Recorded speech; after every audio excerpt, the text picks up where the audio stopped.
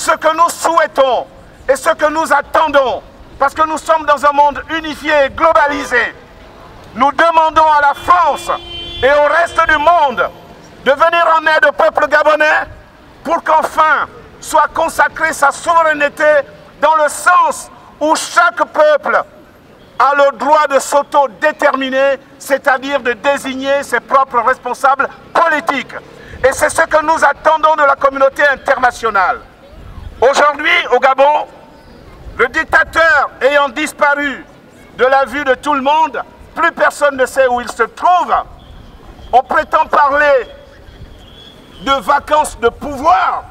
Ce n'est pas ma façon de voir les choses, et ce n'est certainement pas la façon de voir les choses de nombreux Gabonais, par centaines de milliers. Nous ne pouvons pas parler de vacances de pouvoir parce que nous n'avons jamais reconnu Ali Bongo comme président de la République. Et nous ne pouvons pas parler de vacances de pouvoir parce que nous n'avons jamais cru en la capacité de la Cour constitutionnelle, instance judiciaire supérieure du Gabon, à lire véritablement le droit, sauf si elle est mise sous pression. Donc, nous parlons de la fin de la vacance de pouvoir. La fin de la vacance de pouvoir. Et je m'explique. Depuis le 27 août 2016 au soir, les Gabonais avaient choisi librement et de façon majoritaire une personne parmi les candidats qui s'étaient présentés à l'élection présidentielle. Ce monsieur, c'est Jean Ping. Cela aurait pu être quelqu'un d'autre, mais les Gabonais avaient désigné celui-là comme vainqueur de l'élection présidentielle. Et l'ensemble des institutions internationales qui avaient été commissionnées par leurs responsables politiques ont consacré M. Jean Ping à travers les résolutions ou les rapports établis par l'Union africaine ou l'Organisation internationale de la francophonie comme étant le vainqueur de cette élection. C'est donc cette volonté du peuple gabonais qu'il faut réhabiliter. Je parle de la fin des vacances de pouvoir parce que la constitution de notre pays, dans son article 13, une constitution dupliquée par rapport à la constitution de 1958 de la France, prévoit justement la vacance de pouvoir au cas où le président de la République, par quelques moyens possibles d'empêchement, se trouverait dans l'incapacité d'exercer le pouvoir.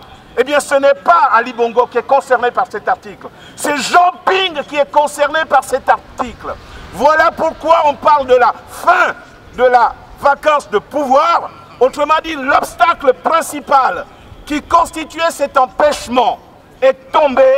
On se doit aujourd'hui de réhabiliter le président de la République qui avait été en incapacité d'exercer ce pouvoir, de pouvoir l'exercer à partir de maintenant.